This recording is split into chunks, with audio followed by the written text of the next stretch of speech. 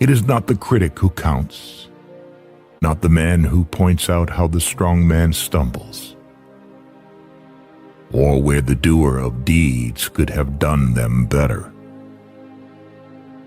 The credit belongs to the man who is actually in the arena, whose face is marred by dust and sweat and blood, who strives valiantly, who errs, who comes short again and again.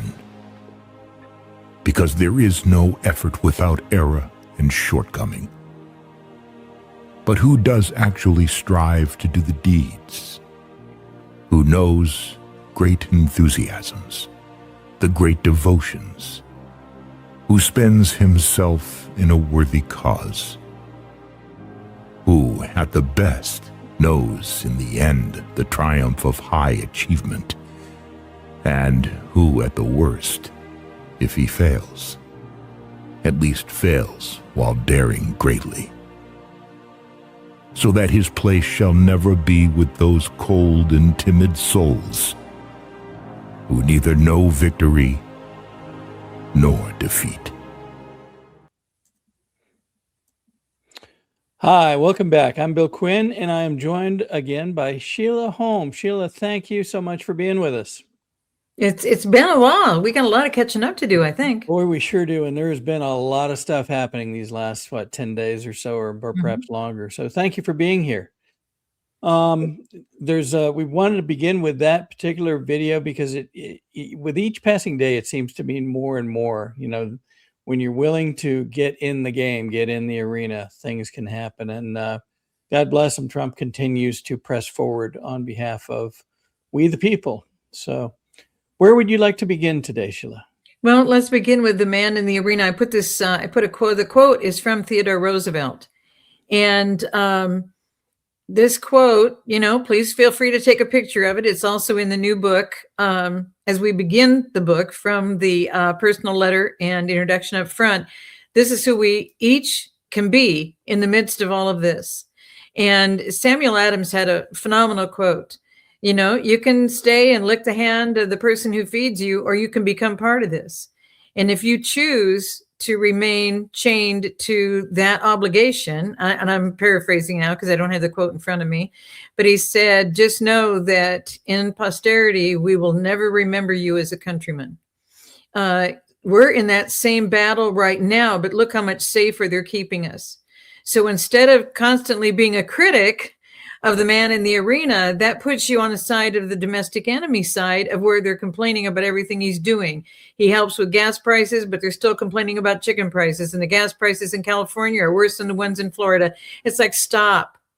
We, the people, in order to form a more perfect union, have to do these things in these states. We're not the person who's turning all of this around. And I think the focus is going to be today is help people understand we're in the Western Hemisphere. Everything that our soldiers have lost their lives for has been on the other side of the world.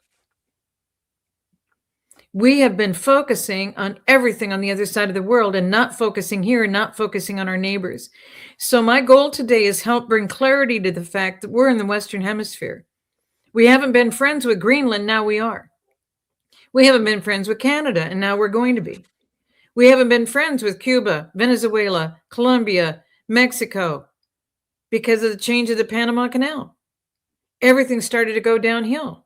Those countries that were doing so well all went downhill. It all ended up, and we're going to get into this today on purpose, everything that was done to destroy them has also been done to destroy us, and they've been used to help destroy us. So that's what I want to get into today, because President Trump's not kidnapped any leaders. President Trump's not trying to become a leader of anything. He's made it very clear, and he's not down there to become an oil magnate. And they said that now he's going to have more oil reserves than even Saudi Arabia. President Trump doesn't want to be in charge of Venezuela or Colombia or Mexico or Cuba. We want peace in this hemisphere. We want our neighbors to be neighbors to us, and we'll be neighbors to them, because they have us divided, destroying each other. And that's what he's stopping. And that's what we're going to go over today. And if we begin with Cuba, people don't understand Cuba. Cuba has quite a history. Cuba is right in the heart of all of this. Panama Canal, if we had not brought back the truth about the Panama Canal, and I'm thanking God every day. I can't believe he used me to find the Panama Canal and give the information to the team. That Panama Canal being controlled by other nations, when it's so close, and all the movement that comes through the Panama Canal has all been focused on bringing the drugs to America.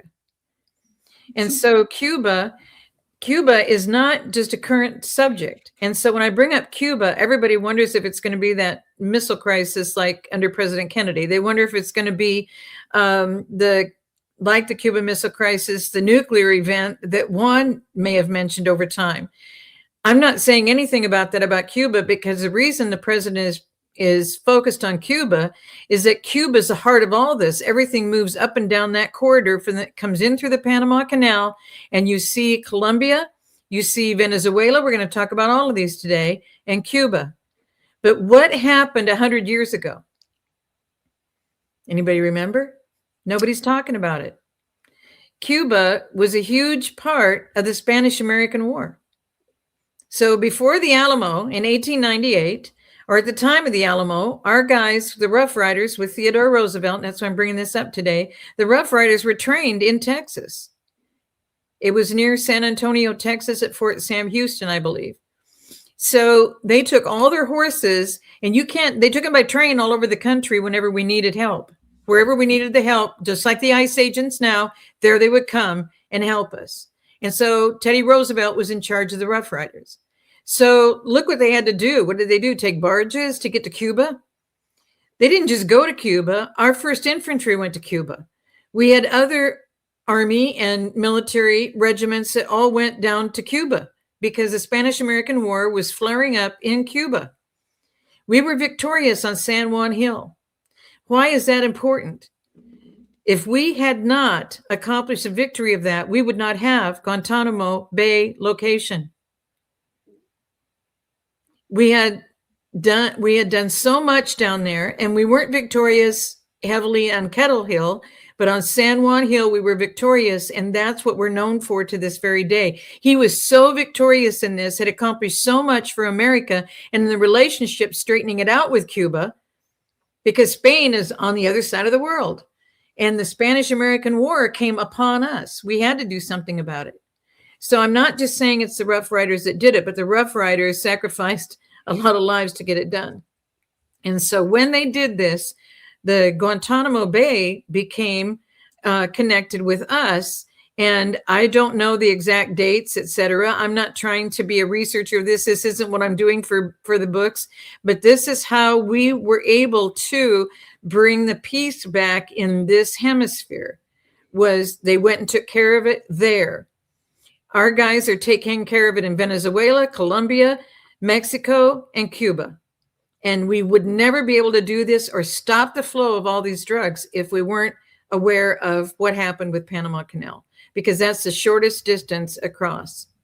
So these are some pictures that Bill found of the San Juan Hill when I brought it up to him. Why don't we cover this today? It'd be kind of interesting for people to know. 100 years ago, we were in the same kind of a horrible mess with this part of the world. And our guys stood up and took care of it there to not let it come upon our land. Our guys have been all over the world taking care of wars to not come upon our land. The president knows what he's doing. He knows that he has to stop the flow through Venezuela and help them come back to be a real country, because the only way they made money was to move the drugs for these guys that made them move the drugs, because they ruined their economy. They ruined the economy in Colombia. We're going to talk about that today. Yep. So the president has put a picture of heart over this with Panama Canal in the middle of it. So you got Mexico, Cuba, and then the top of the heart comes down to Panama Canal, and there's Colombia, Venezuela. If we weren't taking care of these areas, we would never be able to take care of what's happening in America, because they have brought it here. And we're going to show you examples today that I think will shock you to your core. Yeah, many people were asking initially. Let me back up for a moment. Many people were asking initially, why is Cuba even involved in Venezuela? And as you say, there's been connections, ties that weren't visible to us or weren't known to us. until recently. And then people go back to the beginning of the year and they said, why is he so focused on the Panama Canal? And as we'll show in just a few minutes, I mean, the Panama Canal is such a linkage, a linchpin to travel and trade and movement around our hemisphere. It isn't recognized as easily by people until you actually see how close many of these places are. You showed it at the beginning of the discussion here. They're clustered together. Cuba, Venezuela, Colombia, and then Panama are very close to one another, and yet Panama itself is the gateway, if you will, to get around this part of the hemisphere, or this hemisphere. They're bringing the problems in from everywhere, channeling them through there, and then up both of our coasts. That's what they're doing. And then transporting it across the country. We're going to cover all this today. So now Venezuela, you're wondering about Venezuela, and this will prove to you President Trump's not trying to run Venezuela. He's not trying to become the ruler of Venezuela. He said, I'm going to help them until they're stable. This is Maria Machado. Maria Machado won the election. So they had election interference in Venezuela just as much as Venezuela was involved in the election interference in America. And so she won by a huge majority and was not allowed to become the president of Venezuela. So our guys went in and extradited her out of Venezuela to keep her safe.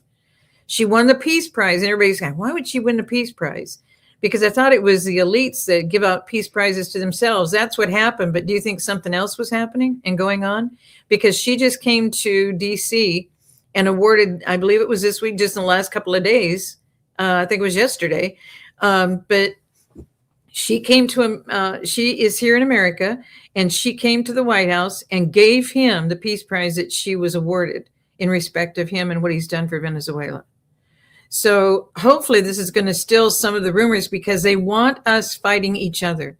They want us sharing their lies with each other. We have to be very, very cautious in these days, because we're very, very close to having some huge things happen. And I don't have all of the information from Kash Patel and Tulsi Gabbard, but they were announcing yesterday that they've got enough to proceed with federal RICO racketeering charges against the entire Democrat Party. The FBI, the DOJ, the DNI, and the CIA are all looking at a 10-year-long government conspiracy case in which they're likely going to look at RICO charges, look at the Democrat Party and the left as some sort of criminal organization writ large, and people like Brennan, Obama, Comey, and the upper echelons of the Democrat Party are all now in the crosshairs of this grand jury that will be impaneled just today. And guys, it's not just the Democrats. Cory Booker's named in that. Rand Paul's named in that. There are several. It's so many names. It's unbelievable. And it's all developing right now. And people are like, well, how would that happen? And how could they do that? Guys, I've tried to tell you, it's not the Somalis. It's not the Iranians who've been here from the 80s. None of these people could have come into our country and become multimillionaires on our watch, except they were helped through all the layers, funded to do everything against us. There was another guy in Iran just this last week in California, 41.2 million, I believe it was, that he made last year on daycare centers in California. That's no difference in the Somalis in Minnesota. And the opposite needs to happen. People say, well, let's just get all the Somalis out of here, and let's get all those Venezuelan drug people and gangs out of here. You have to have them tell you who was involved in the funding of them, and that's what's been happening. President Trump, remember, Mexico, he brought all those cartel leaders, and then the president doubled and tripled to send all of them between February and May. He had a bunch of them coming in February, and he said, yeah, send me all of them. Why would you send all of them to America? She didn't want to deal with them. What can we do with them in America? We find out exactly how the money flowed through all this whole process, because they have been funded by our tax dollars through our people who were representing us. And now it's all finally coming to the point where we're going to start to realize from now on, we're going to make it that Mexico is going to be our neighbor. We want them to prosper so that their people want to live in Mexico, so that the Colombian people want to live in Colombia, the Venezuelan people want to live in Venezuela, and that the Cubans are freed from what Castro had done to that country. So all of these nations are part of our Western Hemisphere. They're all our neighbors. And the reason I inserted this picture for today is because this was so key that she did this. And I'm pretty sure it did happen yesterday because it says it happened 10 hours ago and I just sent this to Bill. So this is brand new. And now you realize, how would she have won the election, but they flipped it onto Maduro again, so he would still be the leader in Venezuela? And how would she get the Peace Prize unless our guys are in control of some of the things they didn't used to be in control of? There's so much happening globally. So please let us stand with our president. Let us stand with everything that our team is doing, and let us focus on our own communities and get our own communities cleaned up. Because once federal is cleaned up, if we don't have it cleaned up in our communities, we still got nothing to stand on. We've been wasting all of this time. Because the Venezuelan people, you see them cheering in the streets. You see the Iranian people cheering in the streets. But what do they want to do? They want to kill those people. So President Trump's helping put security forces in to keep those people alive, because you need the good, strong people who want to fight for their own nation to be able to be survivors of this whole battle that we're in. Because it's a war on many levels and many, many angles. We keep trying to tell them what to do. But, President Trump should be doing this, or President Trump shouldn't have done this. We've got to stop. We've got to unite together, that we are going to get along with our neighbors. We want these countries to be at peace, and we want them to be prosperous so that we all can live on our own soil in a good environment and raise our future generations in the truth. That's where we are. And so all of those people who might be listening, who said he turned his back on us and now he's helping Venezuela, please repent. Please repent. This is all part of the process to clean all of this up. We can't clean it up without doing this. And President Trump didn't want to keep shooting the boats. He didn't want to keep killing 8 or 10 people on those boats, bringing the drugs in, but he had to do it to stop it. And they said, sir, they're in international waters. You can't do anything. He said, yes, I can. They're killing my people. Millions of people have died with the drugs that have been brought into this country.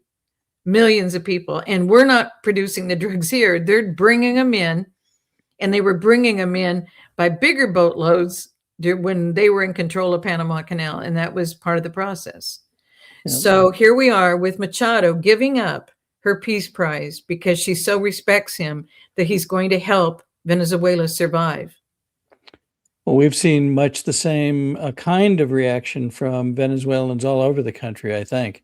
Mm-hmm. Many have had in previous years been forced to leave Venezuela as the country went from probably one of the richest in South America to one of the most devastated because of Maduro and because of the decline of their economy and so forth. But to your point, that didn't ever need to happen. They've always had more. They have more oil reserves than even Saudi Arabia. So none of that had to happen. It was obviously created in order to create conditions that somebody, the bad guys, wanted. Now, what's happening is we're seeing people stand up and rejoice.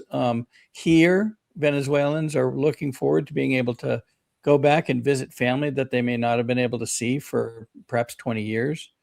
And the folks in Venezuela are celebrating as well. I grabbed a quick video of one of the things going on where they literally had a street celebration to give credit to Trump for taking Maduro out of there. Let's take a look at this for just a minute.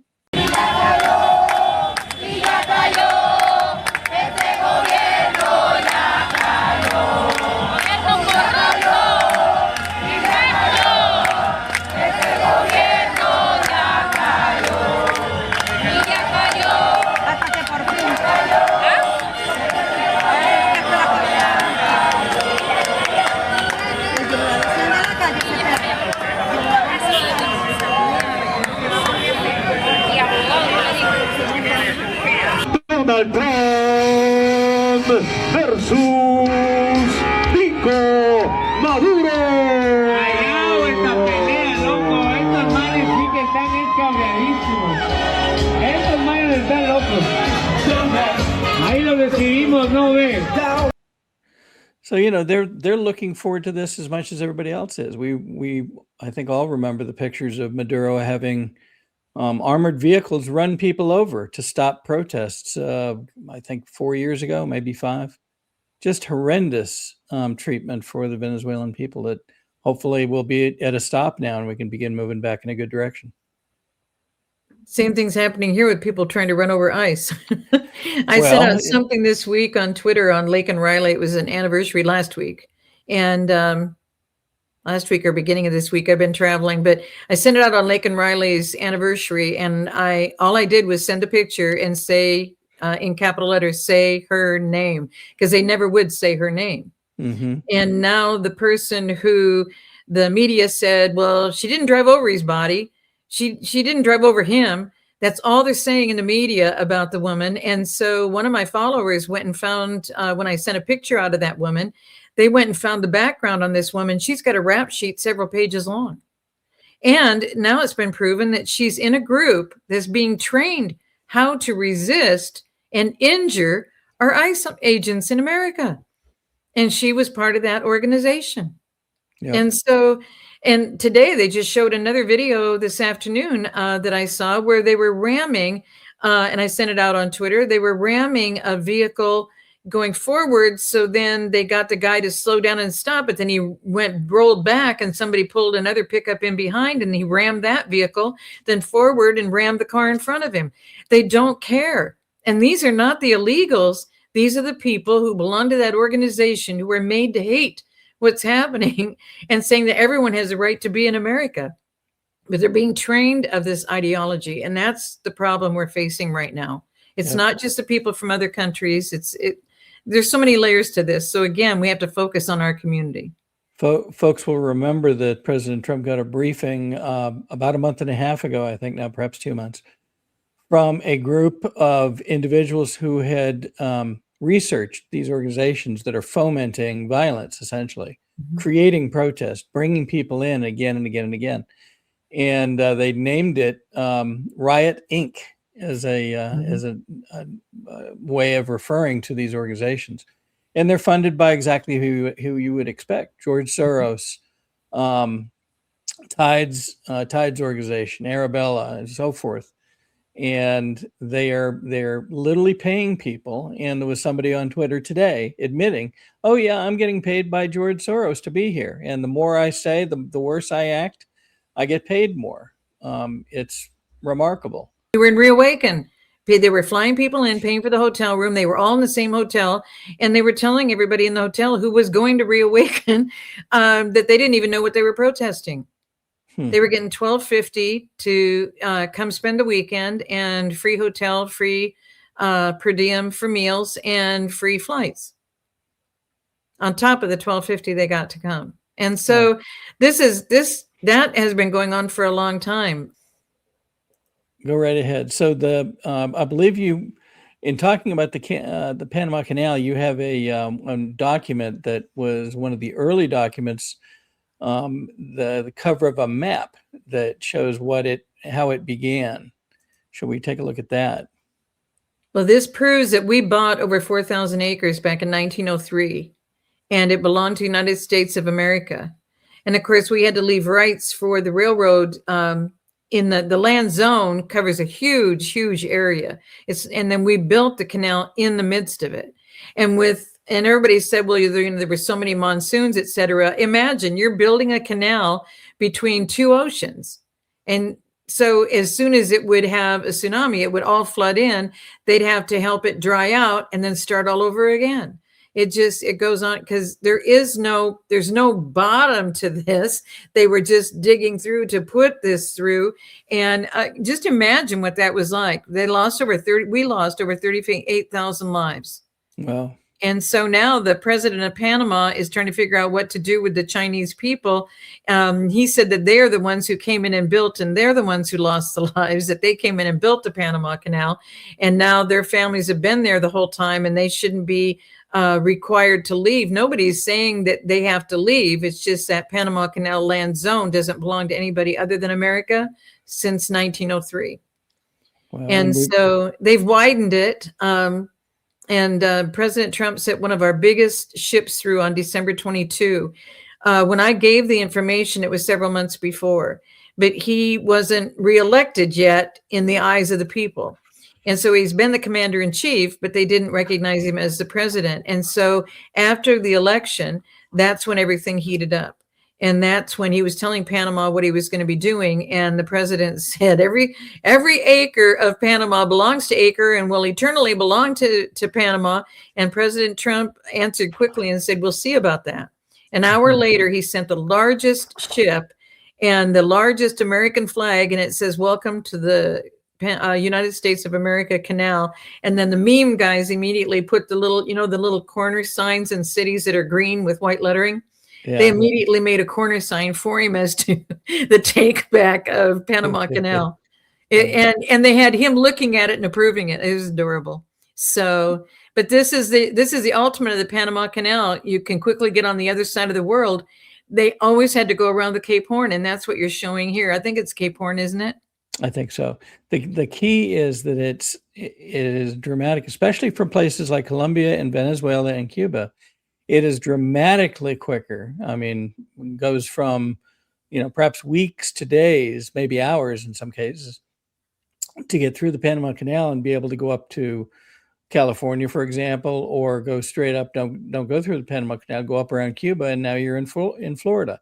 Well, where do we have big problems? Well, we've had big problems in drugs in Florida for generations now.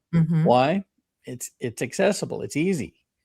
And now we begin to see why, how it's been constructed. And what's the flow goes side to side, and then the next. What's the next one? This is a funny. A friend sent this out and said, "Guys, this is a joke, but the majority of Americans can't locate Venezuela on this map, and people guessed all day long where Venezuela was on this map. They were never going to find it." Because that's not South America. It's not even South America. But look at there's a similarity to the two countries. They both stretch down. The main difference is West Africa.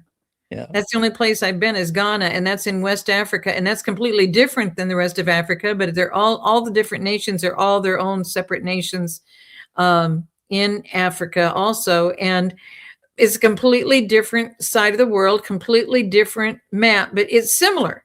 It's similar. And so people guessed all day long. And he said, most Americans aren't going to be able to find. And he said at the top, FYI, this is a joke. And nobody looked at that. They immediately looked at the map and started answering on their guess because somebody wanted to be the first one to guess right. And nobody guessed right the whole day. So here again is the area we're talking about. And for those who are paying attention, this isn't very difficult to grasp. I mean, there on the lower right is Venezuela. To its left is Colombia. And then just a little bit further over is Panama. And above all those three, there's Cuba, just south of Florida. Now you can begin to understand why these things we're learning that there's ties there that we didn't know about before. And if you look at this, there's a heart. If you come around from the far side of Venezuela, is almost toward the end of the map on the right, and you swing up over Cuba and you swing up over Mexico and come down where Panama is, that's the heart of what we've been dealing with that we haven't even been discussing in America or even hearing about or even put pins on it. And everybody wants to say it's Soros, but guys, he's still a minion. Everybody that you've heard the name of, everybody that you think is a bad guy, agreed to be greedy and be the one who wanted the money to put their name out there. They like power and greed.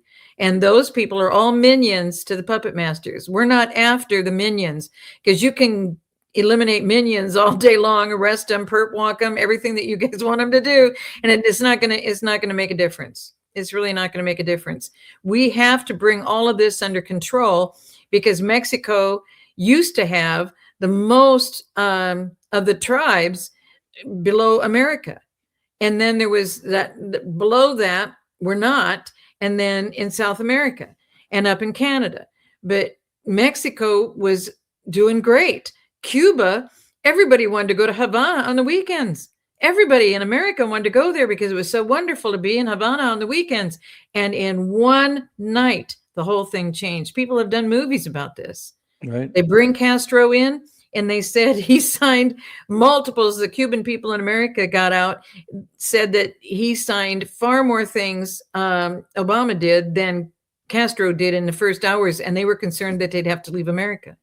So they were already watching what was happening that we weren't even aware of or noticing.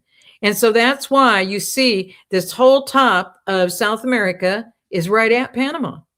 And that's where Venezuela and Colombia are. And then the smaller nations, all the people that they said marched all the way up, did they do that, or did they come by boat and get dropped off just below the border? Because everybody could come through Panama and drop them off. Because these people came from these great distances. And it wasn't just from this side of the world. There were people coming from India, people coming from, when they named their towns, when the interviewers were talking to them, as they were saying they walked 2,000, 3,000 miles to get to our border, and they were wearing flip-flops. I don't know. Anyway, that's what we've been living through. And they had clean clothes and brand new backpacks. Yes. Yes. And they always had cold water, and they always had, you know what I mean? Yeah. And their children were great, and they had showers and baths, and you know what I mean? So it was just a very unique time. And we watched all this happen. But if Mexico could have controlled the cartels, but they couldn't control the cartels, just like Venezuela and Colombia, because America was funding all of this to kill Americans. We're going to get to the bottom of this, and President Trump is on top of this, and that's why he's bringing all of this under control, because we all have to start getting along over here and quit killing each other. Well, I'm sorry, go ahead. No, go ahead. There was an interesting development, I believe, the last 24, 48 hours in which I believe there's 6 or 7 cartels have been named terrorist organizations, along with MS-13 and Tren de Aragua. And altogether, that means that they are the same as any international terrorist organization operating in the U.S. If they are found, they face the same steps that any other terrorist organization would face. But in addition, it seems that anybody aiding them, perhaps providing housing, perhaps providing transportation or assistance or funding, would face the same steps potentially. So, well, and in these countries, because President Trump said, I'm going to stand with you until you are stabilized once again as a nation. He's done the same thing in Iran this week. He has named, I think yesterday or the day before, he came out with 75 countries that they can't fly here. And people are like, well, oh my gosh, that's a huge sweep around the world. Guys, they're coming as handlers, bringing new documents for people to come here illegally. The whole thing has been coming into our country on our watch and taking us out in America. Our enemy is in America. Our war is on our land. And he did the same thing with Iran. He said, if you quit killing your people, I'll open the floodgates to help you. And until you do, anybody that wants to help you, we're going to cut all ties with them. He's not going to do any business with any country that's helping Iran do what they're doing while they're killing their people. Just before airtime, I read a very interesting report from one of the I'll call them credible Washington-based reporters, the good guys, one of the good guys, and they were reporting that that Iran is bringing in Arab fighters to do their dirty work, to shoot potentially or harm their own citizens, in part because the Iranian people are realizing that they don't wish to do this. That's not something they want to do. They're not going to kill their brethren. And so in order to have this tyrannical control over the people, they are bringing in outsiders. What does that sound like? It sounds exactly like what we've been talking about here. Bring in money and people from somewhere else and cause them to create the havoc, to create the violence, to create the damage. Okay, somebody was reporting that Iran is hiring people from America to go and kill people in Iran. Is that what I'm getting? Not America. Arabs is what they reported. So people from other parts of the Middle East to come in, and in the place of Iranian soldiers or Iranian police, they would do the dirty work of the regime. That's not going to help anybody. I don't understand. I don't know who reported that, but I'm not understanding this, because it doesn't matter who's killing the people in Iran. If you're killing the people in Iran, president's done with you. Well, not going to help you, not going to do anything until you stop the killing. I So it doesn't understand matter that. who they bring in to kill their people. They're still killing their people. What it seems to suggest, though, is that the Iranians don't want this. The real Iranian people, they want peace, just like just about everybody else. And in fact, there's organizations within Iran that have attempted to move toward some sort of peaceful outcome for decades now. And they are one of the ones that's being targeted, unfortunately. Now, President Trump has said how many times to us, they're good people in Iran. And he said that again and again and again. And there's conversations about heirs of the Shah coming back in. When they do this, it's just like with Iraq, when Saddam Hussein was dealt with, they needed to go home. And just like in Iran now, we've had them since the end of the 70s into the 80s. They need to go home. When everything gets cleaned up over there, they need to go home. It's just, we've had all these cultures come in, and we're in a very different place right now as to what's going on. But I can't imagine the Iranian people putting, I don't know, I can't take on that article because I don't know who said it, and it doesn't make sense, because if you're still killing the people in Iran, you're not going to get any help from America, and anyone dealing with Iran isn't going to get any help from America. So ties are cut. So let's go on to probably Colombia at this point. Is that the next? And so imagine what that would do to our Americans. This has been happening all the time, but now people are just starting to note it, talk about it, communicate about it, because they're trying to call President Trump the king of the world. There was a picture that came out right after Venezuela, and they said he was kidnapping leaders in the world to take over their countries. I mean, it can't get any crazier than what the media is saying. And the truth is, he is trying to help stabilize these countries, because Venezuela used to be the very top by 2000. They were the very top. They were a prosperous country. They were doing well. And then they bring in Chavez, and then they bring in Maduro. That's all they've had as leaders for the past 25 years. They were the most successful, the most profitable, most wealthy, I believe, country in South America. And their GDP was higher than per capita GDP was higher than anybody. And it was largely based around oil. And what's interesting is, after Maduro came in, their oil production began to decline, and along with it, the rest of their economy. And remember when President Trump announced what had happened, he said they've let their oil production infrastructure decay, degrade. Why would they do that? Think about that for just a minute. They're this wealthy company. You'd think that they would do the exact opposite, regardless of who they are. But for some reason, they exist to destroy things, to destroy the success of the country that they're in. They're under control. Colombia and Venezuela, Mexico, Cuba have all been controlled.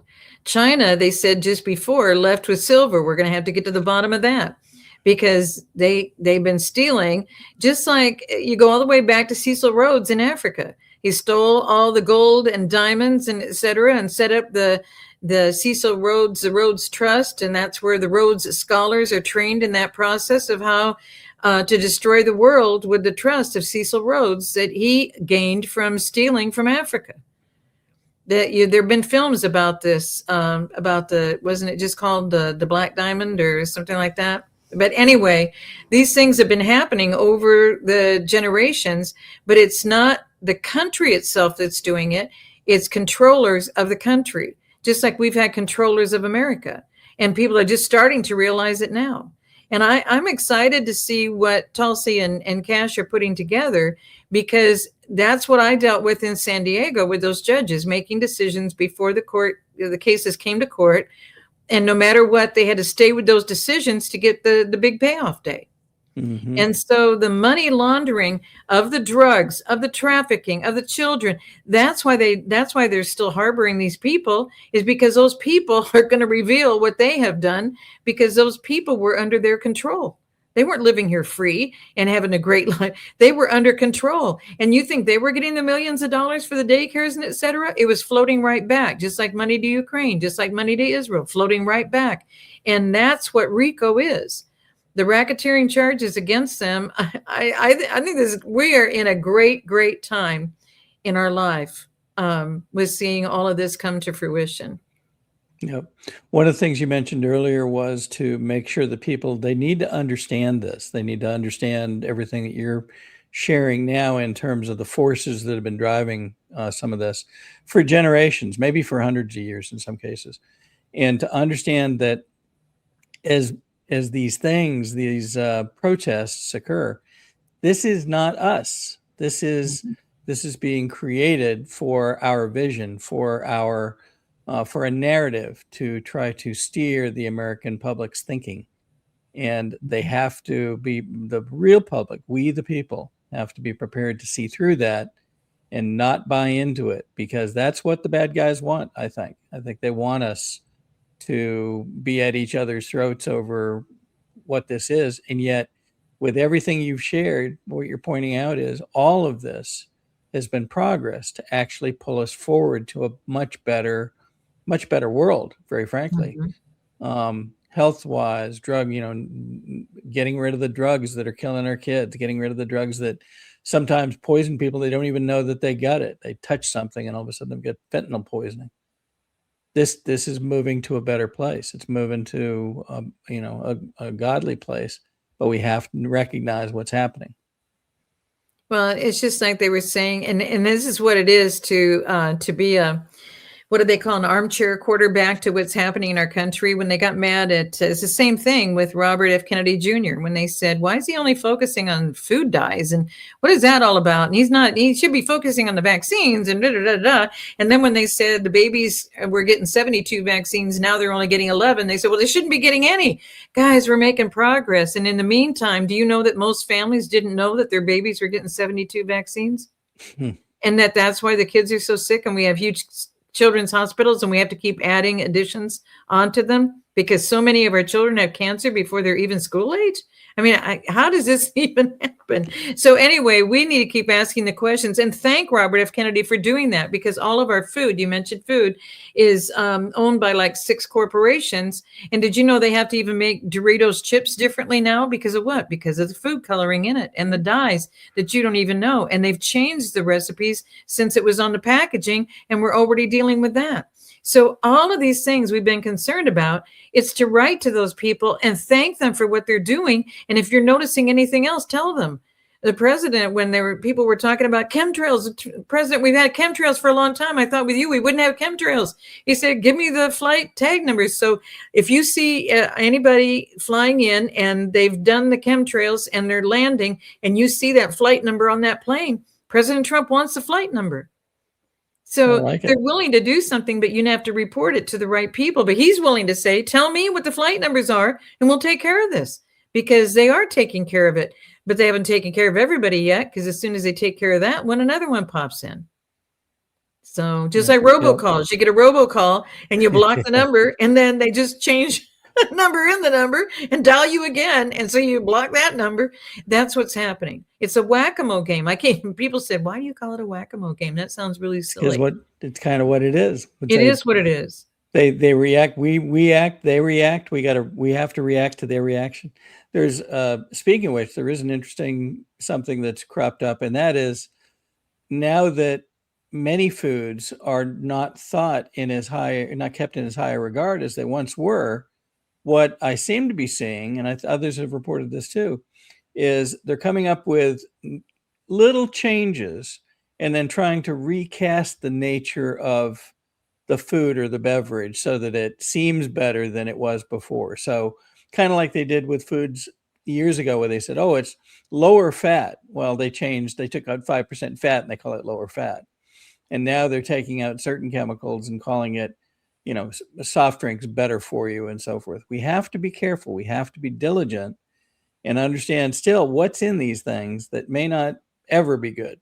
And we have so much to clean up there. That could be a whole time together. The heirloom seeds. Did you know the heirloom seeds aren't producing product?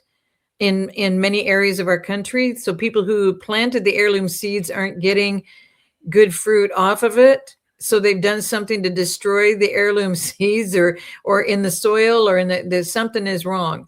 And organic, and then it's not totally organic. But what do we have? What do we have next? We do need to remind people, because we're covering so much ground, we need to remind them how they get more of what your writings have already shown, because they need to come up to speed. So we have those ready if you'd like. Oh, of the book. The hard book came out in December. And if you didn't get the December newsletter, we're providing an option for autograph, but you can get it on Amazon, because they're the ones printing the hardbacks now off of the paperbacks. And so this came out in December for the hardback. And if you want it autographed, write in and ask for our December newsletter, and we'll get it to you. And if you want to be on the newsletter list, you have to fill out your first and last name on the newsletter contact form, because we can't just send you a newsletter if you don't ask us for the newsletter. That causes a whole nother problem with social media issues in America and through your website. So we have a contact page, and on the contact page, you have to fill out your first and last name and your email separate for the newsletter over doing anything else with us. But you can send a ministry request in and say, Sheila offered the December newsletter, would you please send it? And we'll send it to you. Great. So, but Nation Restoration book is probably going to be the next paperback or the hardback, and then I'll probably do the book series. For the sake of America. Very good. Mm-hmm. And of course, your website itself contains a ton of information and all the latest things that you're doing and so forth. Interviews and events and so forth. Yes. Mm-hmm. And then on the homepage where it says interviews, what we're doing is putting them by topic. So everything that was we're starting with the December newsletter, because they were putting the same interviews on the homepage as they were on the interview page. So on the homepage now, we put the Christmas one on first. So that'll be at the very end of the scroll. And then we put the ones in about Georgia Guidestones. And then the last one, I think, is Faith and Soldier Monument. So it's Georgia Guidestones. Then when they were taken down, the day they were taken down on Flyover Conservatives, we did an interview. And then the Guidestones are down, and the Faith and Soldier Monument with LT. So all of the interviews that were embedded in for you to just click and view in the December newsletter, those are the ones that are going to start. And then I'm going to put specific ones in the January newsletter, so that I'm letting you know, this is the one on the 3 eclipses. This is the one on the Faith Monument. This is the one on the Soldier Monument. We're going to be putting those particular interviews by topic, so that you can always go back and refer to them and update people on the Georgia Guidestones, the monuments, etc. So we're getting that done, and hopefully that'll be done soon. And we're also going to put the links on where you can automatically order the hard book off the website, the hardcover autograph. You just go to Cornerstone on the donation, and if you donate $60 and we'll know $60, let's just have that be for the autograph book, then we will order the book for the $35. We'll have it shipped to us. So we'll cover all your costs on that. And then we'll cover the autograph, and then we'll cover shipping it to you. So we're doing those every day. I won't have more of the autograph options. They won't give me my next books until the end of next week. I know if you're on Prime, you get it overnight, but that's not the same for us. So, but if you want an autograph book, we're making that available. That's great. So sort of as a last topic, over the last 2 or 3 weeks, we've seen a number of very interesting communications come out. Dan Scavino, a couple from Kirill Dmitriev, the special envoy from Russia.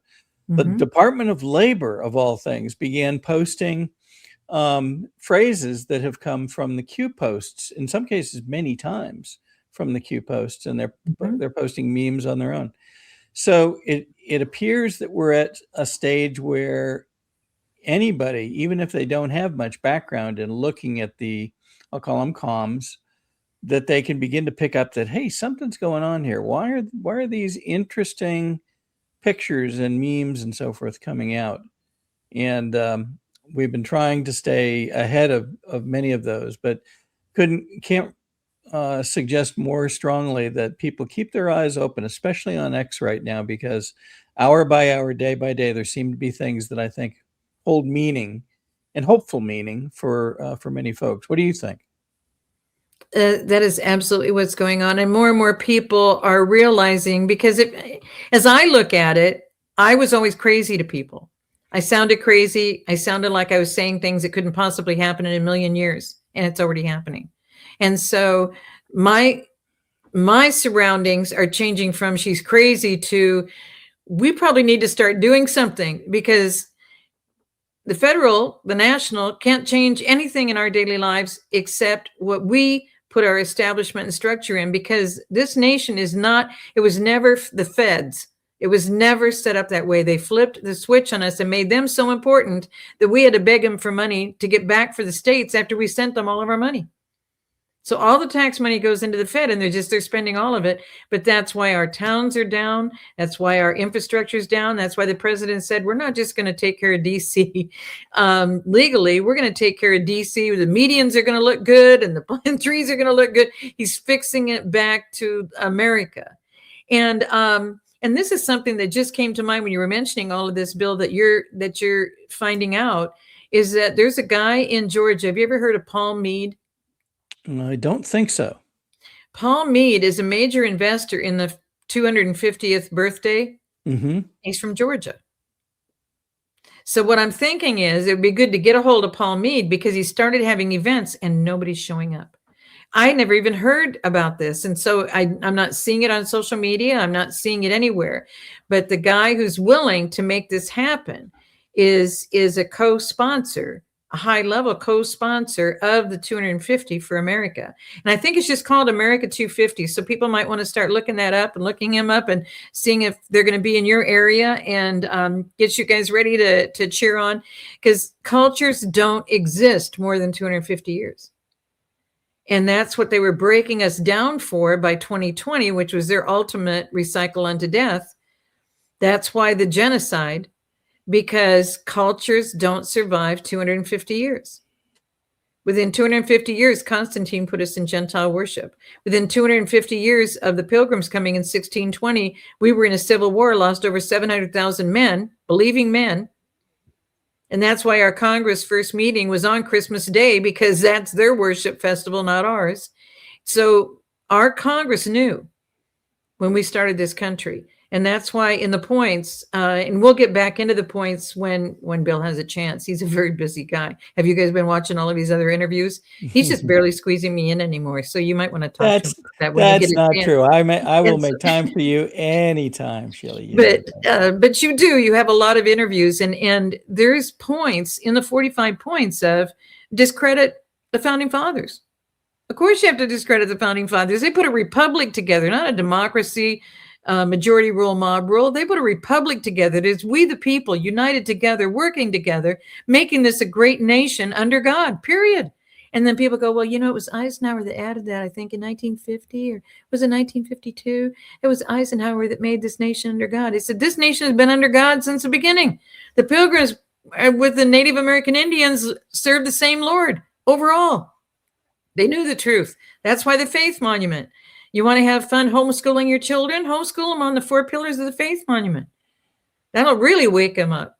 In those 4 pillars, we could have been in liberty and freedom, and we've never been in liberty and freedom.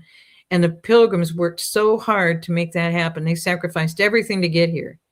They knew about the Gregorian calendar. They knew about the Bible when it was translated into English, and they were able to form those 4 pillars with minimal people surviving the first winter. They went from 107 down to 42 the first winter.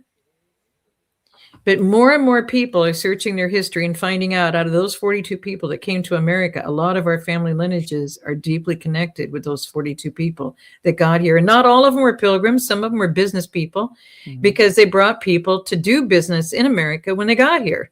And so we need to come back to learning the truth. And that's what Bill's mentioning, is that we're finally opening up to the fact that more and more people are saying, you know what? Q warned us we were going to be here. Q warned us who to trust and not to trust. But Q had to include some disinformation too, but gave us codes to follow so we would know, who are looking for the truth and seeking the truth, we would know what to look for. And now more and more people are realizing they've never left us behind. And that's the way a movement goes in the military.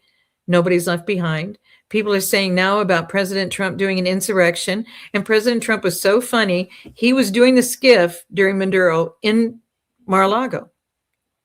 He's up almost all night doing that and then taking off on a flight to get back to DC the next morning. And the press corps was with him. And he stood there and he said, you keep wanting to know about insurrection. Did you know George W? And I think it's after our interviews. He must be watching our interviews, Bill, when we talked about Bush is not their name. And they're not legally documented in America under their name because their name is a German name and they never came here as their real name. And they became presidents under the fake name, the dad's grandpa's code name in Germany with Hitler. And so when you look at what's going on, he just said, did you know that George W., he initiated insurrection 22 times in his term? 22 times. And he just left it there. So you want to talk about insurrection. Is the president going to do insurrection? And I think that's going to be the end of him if he does insurrection. We are not going to have a civil war in this country. We already had more than 80% of our people understanding that we do not want to be fighting each other. We want to stay strong together, united together, because that's we the people forming a more perfect union. And this generation is the generation that is making that happen. And I'm just so honored to be with all of you and all of you that have been writing in and supporting me and buying the book and commenting on the book. And because God said, I want a training manual. I don't just want a book and I just want scriptures. I want a training manual. And I don't know how to do a training manual. It's going to last for 3 and 4 generations. We're talking like 100 years, 200 years. And in 10 years, look how much information is brand new to us, about what Father was trying to tell us. And so I said, my books have changed so much in 10 years. What am I going to do? And now people are actually writing to me who didn't even know this, don't even know me, hate reading books. They're reading it and saying, this is a syllabus on how my grandchildren can figure out what's happening in this country and know not to comply with it. I'm like, then this is a training manual. Do you know what I mean? And that's just happening now. And I've been talking about all this stuff since at least a decade ago. People have been telling me now, they said out on Twitter, this is adorable. They said, that Sheila and that Juan, they say a lot of stuff that we need to know because they're educating us. They're not just giving us headlines. And they said, and some people said, I've been listening to them 10, 20 years. I met Juan personally in 22, but I'd been following him since about 2016, 17, right in there. And by 2018, I was watching everything he was doing. Yeah. I was so amazed at the things that he knew, and Father was aligning me with it. And then when we met in person, I gave him the books. And the next night when we went to dinner the first night, that's how I met him in person. And then the next night he sits down and he's already scrolled through the books and he already knows the people I know internationally. He already knows the people I know nationally. And he was in the same locations, doing the same things with the same people at the same time. We just didn't cross paths. Because I said, unless I was targeted at Lynn Woods and was so sick and you refer me to the specialist for radiation poisoning, if that had not happened, if I had not met him, I said, I don't know. And he goes, Sheila, no, here's all these other target points. And as he was mentioning names, I was mentioning the name and the person in the room that we were helping. And he knew that person too. And he was giving me facts that he wouldn't know unless he knew that person. 24 hours after he met me in person. Wow. And everything about us just seems to be so combined. And people are teasing him now because they say, you're sounding more like Sheila than Sheila is sounding like you. And I told him, I said, well, that's easy because sounding like Sheila is totally different than sounding like Juan, who knows. I mean, he can take any topic to the core like a laser beam within a second.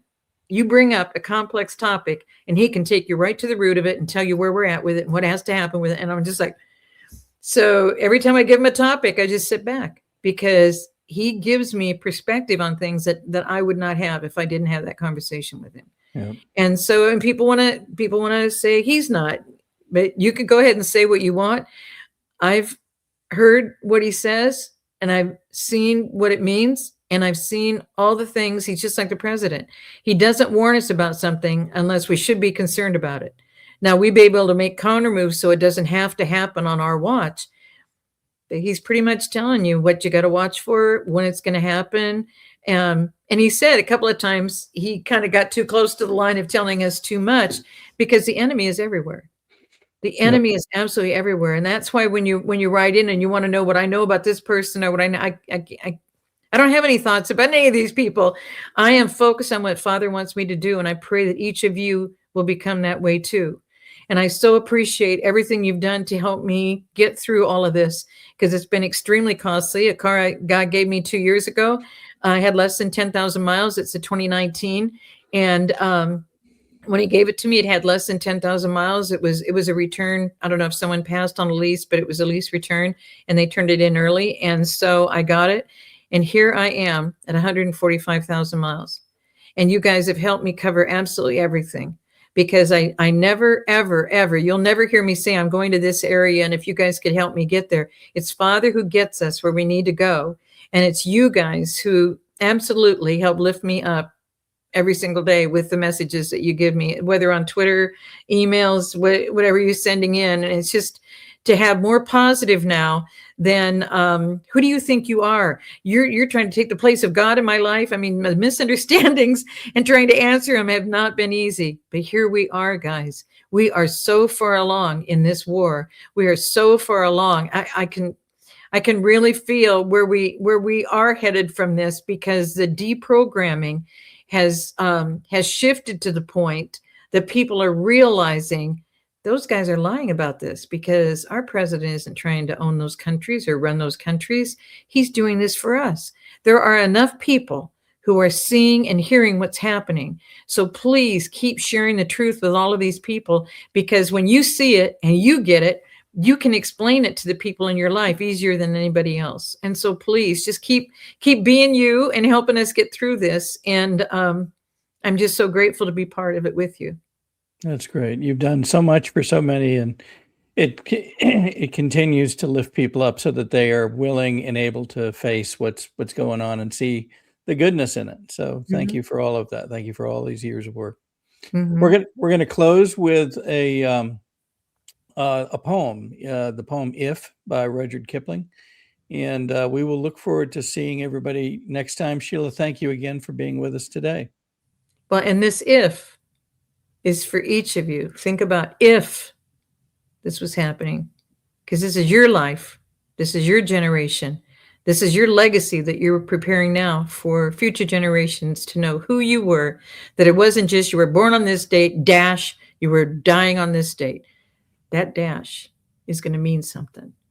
So what is that for you? If this message is for you. By Rudyard Kipling. If you can keep your head when all about you are losing theirs and blaming it on you, if you can trust yourself when all men doubt you, but make allowance for their doubting too, if you can wait and not be tired by waiting, or being lied about, don't deal in lies, or being hated, don't give way to hating, and yet don't look too good, nor talk too wise. If you can dream and not make dreams your master, if you can think and not make thoughts your aim, if you can meet with triumph and disaster and treat those two impostors just the same, if you can bear to hear the truth you've spoken, twisted by knaves to make a trap for fools, or watch the things you gave your life to broken, and stoop and build them up with worn-out tools, if you can make one heap of all your winnings and risk it on one turn of pitch and toss, and lose and start again at your beginnings and never breathe a word about your loss, if you can force your heart and nerve and sinew to serve your turn long after they are gone, and so hold on when there is nothing in you except the will which says to them, hold on, if you can talk with crowds and keep your virtue, or walk with kings, nor lose the common touch, if neither foes nor loving friends can hurt you, if all men count with you, but are none too much, if you can fill the unforgiving minute with 60 seconds worth of distance run, yours is the earth and everything that's in it, and, which is more, you'll be a man, my son.